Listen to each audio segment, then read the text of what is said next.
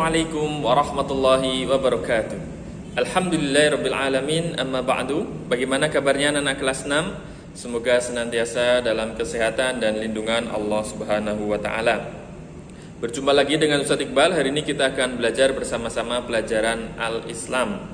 Adapun materinya adalah tentang dakwah Nabi Muhammad periode Mekah. Mari kita awali pembelajaran pada pagi hari ini dengan membaca basmalah bersama-sama. Bismillahirrahmanirrahim. Anak-anak kelas 6 yang soleh dan solehah, kemarin kita sudah mempelajari tentang kondisi bangsa Arab dan dakwah Nabi Muhammad secara sembunyi-sembunyi dan terang-terangan. Hari ini kita akan mempelajari tentang sikap kaum kafir Quraisy terhadap dakwah Nabi Muhammad SAW. Di sini ada kurang lebih 4 poin penting tentang sikap kaum Quraisy terhadap dakwah Nabi Muhammad. Yang pertama, sikap yang pertama adalah kaum Quraisy keberatan dengan persamaan hak dan kedudukan antar semua orang. Jadi di zaman ketika itu kafir Quraisy itu ada perbedaan ya, ada antara tuan dan budak. Masih ada perbudakan, ada kaya dan si miskin itu terjadi perbedaan. Tetapi Islam itu menyamakan. Tidak ada namanya perbudakan, tidak ada si kaya si miskin. Yang membedakan adalah iman dan takwa yang ada pada dirinya. Jadi Islam akan ingin menghapuskan tentang persamaan hak dan kedudukan. Itu. Yang kedua, kaum kafir Quraisy menolak ajaran Islam karena berat meninggalkan agama dan tradisi hidup nenek moyang. Jadi merasa berat meninggalkan ajaran tradisi nenek moyang. Yang ketiga, kaum kafir Quraisy menolak keras ajaran Islam tentang adanya kehidupan sesudah mati. Jadi tidak mempercayai ada kehidupan setelah kematian. Kalau sudah mati ya sudah. Padahal di dalam Islam Di dalam Islam itu masih ada kehidupan.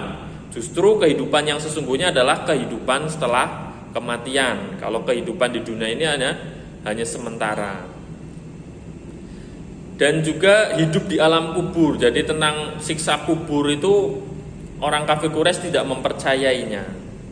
Dan alam akhirat. Dan terakhir, sikap kaum Quraisy yang keempat adalah kaum kafir Quraisy menentang keras dan berusaha menghentikan dakwah Rasulullah karena Islam melarang menyembah berhala. Jadi Islam itu sangat keras masalah ini.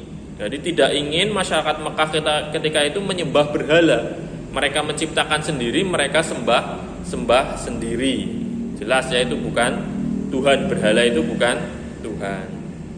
Itu tentang sikap. Yang selanjutnya adalah sifat-sifat yang harus kita teladani dari Nabi Muhammad ketika dakwah di periode Mekah. Yang pertama adalah yang harus kita teladani dan harus kita contoh adalah mematuhi perintah Allah sepenuhnya. Jadi Allah memerintahkan untuk berdakwah, ditaati langsung. Nabi Muhammad tidak pernah membantah perintah Allah. Harusnya kita juga bisa menirunya. Allah memerintahkan kita sholat, kita sholat. Memerintahkan kita puasa, kita puasa. Berbakti kepada orang tua kita juga harus meniru Nabi Muhammad. Yang selanjutnya adalah ikhlas dalam berdakwah. Jadi Nabi Muhammad dakwah itu bukan karena mencari uang, bukan karena mencari kedudukan, bukan karena perempuan atau yang lainnya, tetapi ikhlas semata-mata karena Allah Subhanahu wa taala. Yang ketiga adalah sabar ya. Jadi kita sudah membicarakannya ya. Jadi dalam berdakwah luar biasa Nabi Muhammad dicaci, dihina, dilempar kotoran segala macam, Nabi Muhammad tetap sabar dan tetap melanjutkan dakwahnya. Yang keempat, tidak memiliki sifat dendam. Jadi dilempar kotoran, ketika jalannya dikasih duri segala macam, dicaci, tetapi tidak memiliki sifat dendam. Dan yang terakhir adalah cerdas dalam menggunakan strategi dakwah. Jadi Nabi Muhammad sangat cerdas dalam menggunakan strategi dakwah. Buktinya apa? Buktinya agama Islam menyebar ke seluruh penjuru dunia dan merupakan agama terbesar di dunia sampai Indonesia, sampai kita juga merasakan. Ini menandakan bahwa strategi dakwah Nabi Muhammad itu sangat luar biasa.